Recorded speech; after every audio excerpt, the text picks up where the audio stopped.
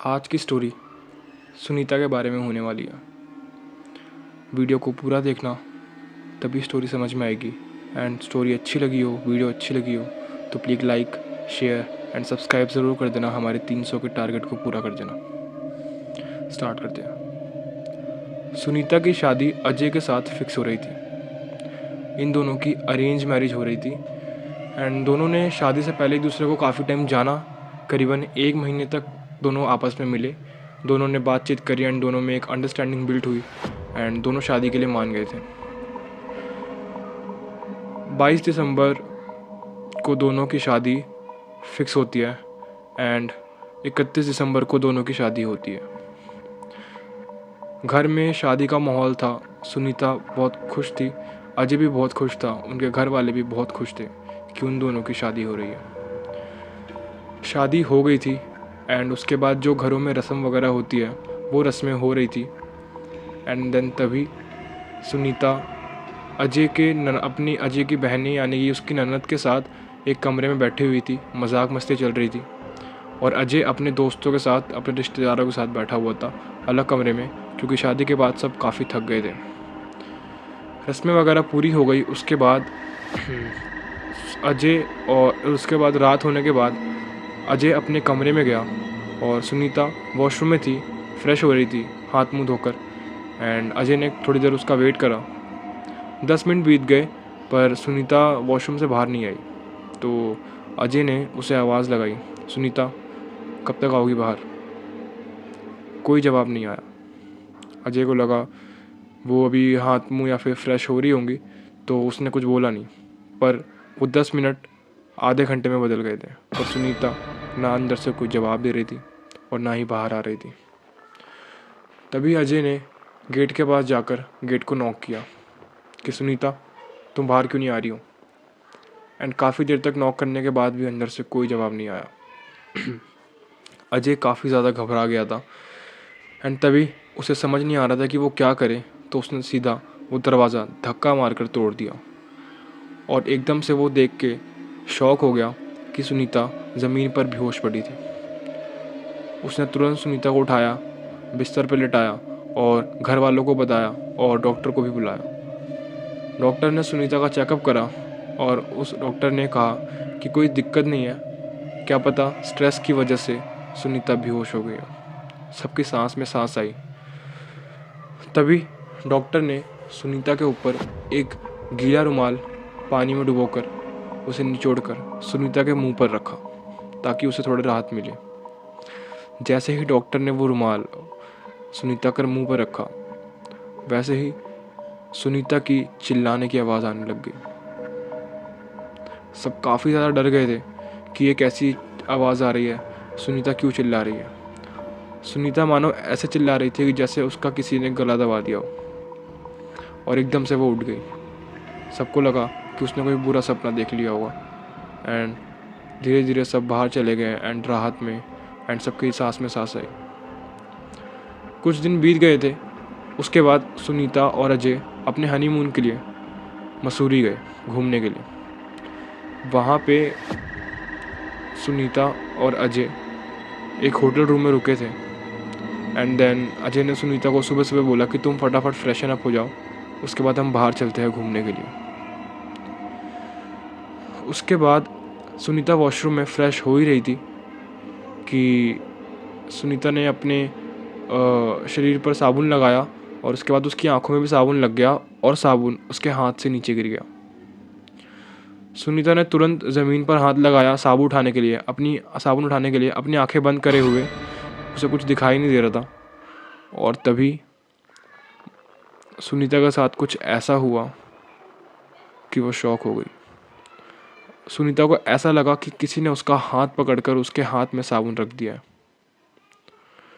सुनीता काफ़ी ज़्यादा डर गई। उसने साबुन फेंका और उसने पानी से अपनी आँख धोई और देखा कि कौन है यहाँ पर वहाँ पर कोई भी नहीं था।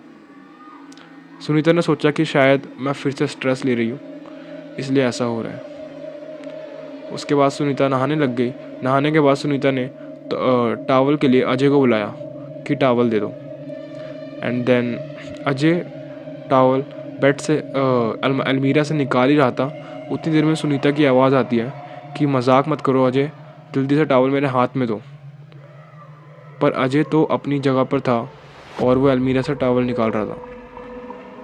तो ये सुनीता किससे बात कर रही थी। एंड जैसे ही सुनीता ने वो जिसका हाथ टॉवल लेके वॉशरूम के अंदर आया था वो देखा, वो ज़ोर से चिल्ला पड़ी और वहीं बेहोश होकर गिर गई। सुनीता को काफ़ी ज़्यादा चोटें लगी क्योंकि फ़र्श गीला था और वो बहुत तेज़ गिरी थी। अजय ने डॉक्टर को बुलाया, सुनीता को बेड पर लिटाया और मरहम पट्टी हुई। एंड देन अजय ने अपने आज के घूमने का प्लान कैंसिल कर दिया। वो लोग पूरे टाइम होटल रूम पर रेस्ट कर रहे थे। एंड देन अगले दिन वो दोनों घूमने के लिए बाहर गए।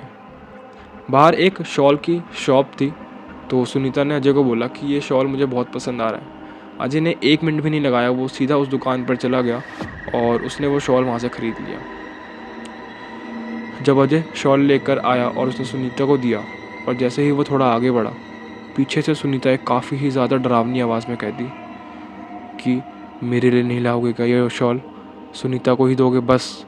और अजय को लगा कि सुनीता मजाक कर रही है, तो अजय ने भी मजाक में बोला कि हाँ, सिर्फ एक से ही तुम्हारा काम हो जाएगा, तुम्हें 2 शॉल की ज़रूरत नहीं है।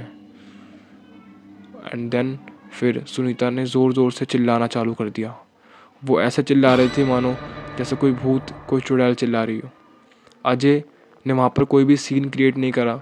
वो चुपचाप दुकान पर गया और एक और शॉल लेके आया और सुनीता को दे दिया, क्योंकि वो वहाँ पर कुछ भी लड़ाई झगड़ा रोड के बीच में नहीं करना चाहता था।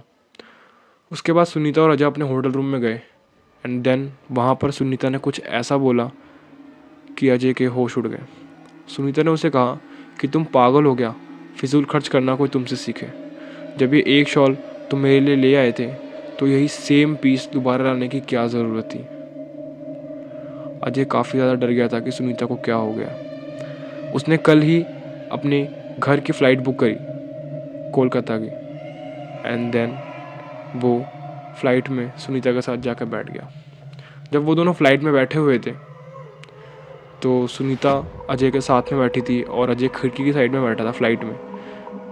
एकदम से सुनीता बंगाली में, जिसे बंगाली का एक अक्षर भी नहीं आता था, बंगाली में अजय को कुछ ऐसा कहने लग गई। अजय को समझ नहीं आ रहा था कि ये क्या बोल रही है। पीछे से किसी आदमी ने बोला कि भाई साहब, ये बंगाल में एक मंदिर है, वहाँ जाने की बात कर रही है। अजय काफ़ी ज़्यादा गुस्से में आ गया था क्योंकि उसे समझ ही नहीं आ रहा था कि ये सुनीता क्या कर रही है। उसने उसे चिल्लाकर बोला कि तुम पागल हो गई हो क्या, अपनी हरकतें बंद कर दो वरना मैं घर उतरते ही सीधे तुम्हें डिवोर्स दे दूँगा। और उसके बाद सुनीता रोने लग गई मानो जैसे उसे कुछ पता ही ना हो और ये सब उससे कोई करवा रहा हो। वो दोनों घर पहुँचे और सुनीता ने काफ़ी दिन तक आराम किया और अजय ने भी उस चीज़ पर ज़्यादा ध्यान ना दिया जो उनके साथ मसूरी में हुई थी। वो दोनों 1 हफ्ते 2 हफ्ते तक एक अच्छी लाइफ जी रहे थे। पर एक दिन अजय नहाने के बाद रात में शीशे के सामने आया अपने रूम में और अपने बाल बनाने लग गया। तभी उसने देखा कि पीछे बेड पर बैठी हुई सुनीता अपने आप ही कुछ अजीब अजीब सी बातें करे जा रही थी।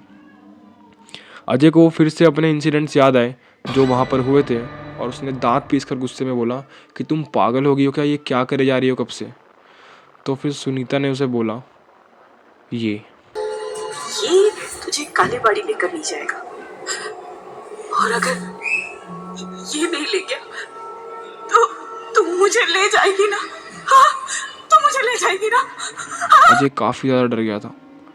उसके बाद अजय सुनीता को लेकर उसी जगह पर गया जहाँ जाने की वो बार बार बातें कर रही थी। जैसे ही सुनीता वहाँ पर गई, सुनीता ने रोना चालू कर दिया और सुनीता बेहोश हो गई। और जब सुनीता उठी तो उसने देखा और अजय से बोला कि अजय, ये हम कहाँ गए, हम तो अपने हनीमून के लिए मसूरी गए हुए थे ना। अजय एकदम डर गया। पर जब वो लोग उस जगह से अपने घर वापस आए और अजय ने नोटिस करा कि काफ़ी टाइम से सुनीता अब ठीक है, ऐसी कोई भी इंसिडेंट, ऐसा कोई भी दुर्घटना अभी तक नहीं घटा है। तब जाके अजय थोड़ा शांत हुआ। ये इंसिडेंट काफ़ी ज़्यादा अजीब सा था क्योंकि कुछ भी पता नहीं लगा कि ये क्यों हुआ है, किस लिए हुआ है और कैसे ठीक हुआ। पर वो सारे मोमेंट जो भी अजय के साथ हुए हैं वो काफ़ी ज़्यादा डरावने थे। आज की स्टोरी के लिए इतना ही। अगर वीडियो अच्छी लगी हो तो लाइक ज़रूर कर देना, सब्सक्राइब कर देना। हम 300 सब्सक्राइबर्स के काफ़ी ज़्यादा करीब हैं। मिलते हैं किसी नेक्स्ट वीडियो में, तब तक के लिए बाय।